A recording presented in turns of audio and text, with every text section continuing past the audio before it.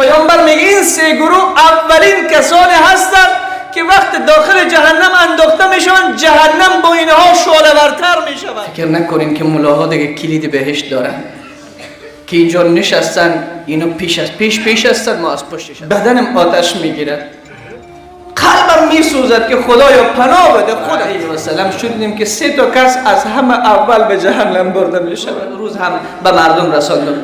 الله میگه دروغ میگی، تو دروغ میگی. و فرشتگان هم میگه صدا میده دروغ میگی، تو گناه هم میکنن، به خدا میگن خدای زورت به من نمیرسه. نعوذ بالله. سه تا کسای دیگر را براتون معرفی بکنیم. فکر نکنین که ملاها دیگه کلید بهشت دارن که اینجا نشستن، اینو پیش هستن، ما از پشتش هستیم. یک روز کسی به نام شفیای الاصبحی است، حدیث امام ترمذی است، رقم حدیث 2382 است. حدیث هم صحیح است. او میگه که من داخل مدینه شدم، دیدم که در مسجد نبی یک جوان نشسته است، مردم در اطرافش جمع هستند. این صحبت میکنه، مردم میشنوند. پرسام کردم این چه کسی است؟ گفت ابو هریره است. ابو هریره شاگرد رسول معظم اسلام. یک بار با آواز بلند صلی الله علیه و سلم میگه اونجا نشستم تا زمانی که مردم همه پراکنده شدند. وقتی من این حدیث هر وقت میخونم بدنم آتش میگیرد، قلبم میسوزد که خدایا پناه بده خودت. میگه مردم پراکنده شدن، من در کنار ابو هریره نزدیک شدم، تنها شد. برش گفتم یک حدیث از پیامبر امروز به من بیان کن که تو او را درک کردی و خوب فهمیدی. میگه ابو هریره به من گفت که من امروز یک حدیث برات بیان میکنم که خوب فهمیدیم و خوب درکش کردیم. میگه وقتی که این گپ زد، یک چیغ زد، نزدیک بود که بیهوش شود. باز دوباره همون سخن اول تکرار کرد که من امروز به تو یک حدیث بیان میکنم که خوب درکش کردیم و خوب فهمیدیم. میگه باز چیغ زد، باز نزدیک بود که بیهوش شود. 3 مرتبه ابو هریره رضی الله تعالی عنه حرف را از پیامبر تا هنوز نزده، وقت به زبانش می آید نزدیک است که بیهوش شود.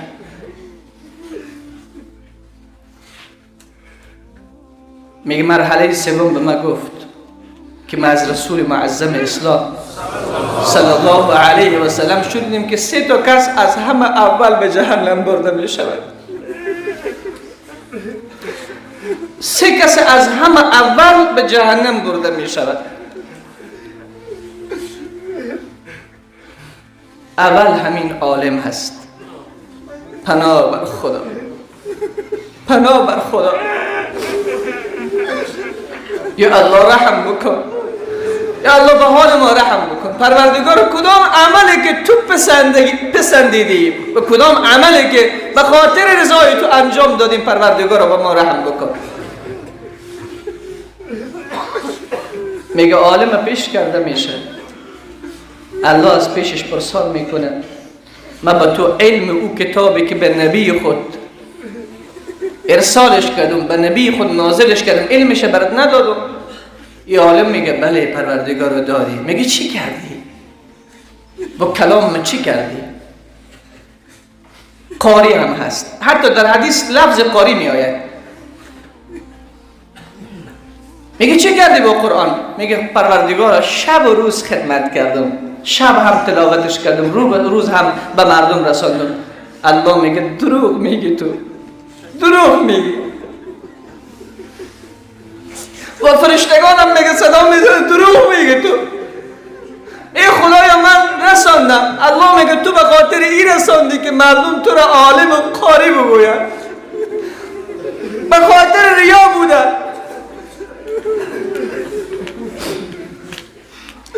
پناه بر خدا که روز قیامت این همه زحمت یک عالم هدر برود.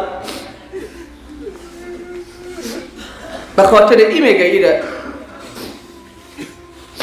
انجام دادی که مردم تو را قاری و مولا بگوید. اینه در دنیا برات گفتن، تو مزد خدا گرفتی، گفته می شود که بکشان اینه به سمت جهنم. دوم، او کسی که پول داره الله پیشش حاضر میکنه، برش میگه چی داشتی تو؟ از مادر تولد شدی، چی داشتی؟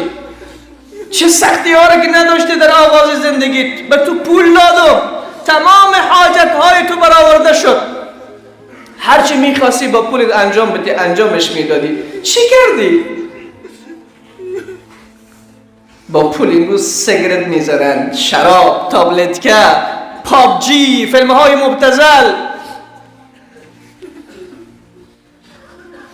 باز با این پول خود هر گناه هم میکنن، به این هم بسنده نمیکنن، با خدا هم در جنگ، علما را لعنت برش میفرست. این جنگ با خداست. گناه هم میکنن، با خدا میگن خدای زورت به من نمیرسه، نعوذ بالله.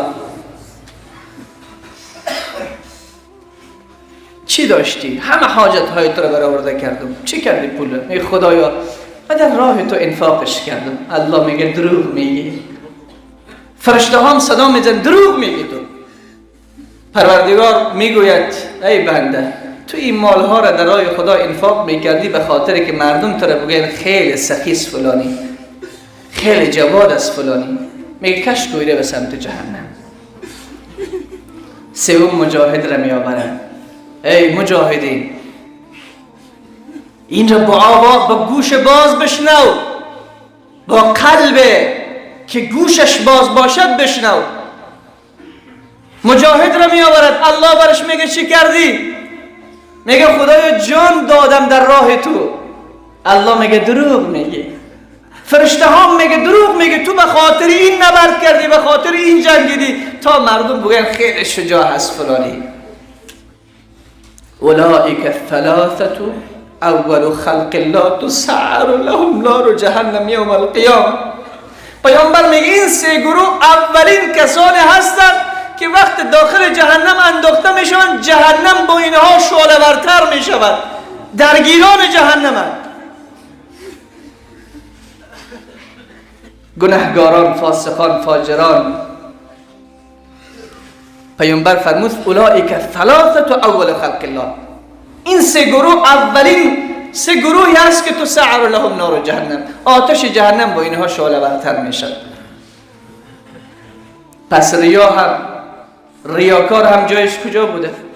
به جهنم بوده. متوجه باش عزیز دل، پولی که در راه خدا میدی متوجه باش، خرابش نکن. هم پول از دست دادی، هم پول دادی، هم خودت به آتش جهنم نکشان. عزیز گرامی، اگر کار نیکی میکنی، ریشه میگذاری، ریشه به خاطر الله بگذار. خواهر گرامی، حجاب میپوشی برای الله باشه، نه برای امارت، نه به خاطر پدری که تون اخلاق است. ولی کسی که بگویه حجاب بکن اون مردم میگن تون اخلاق. نه به خاطر برادری که نمیگذاره تو به حجاب بیرون شوی. حجاب به خاطر الله. ریا بیخ انسان رو میکند.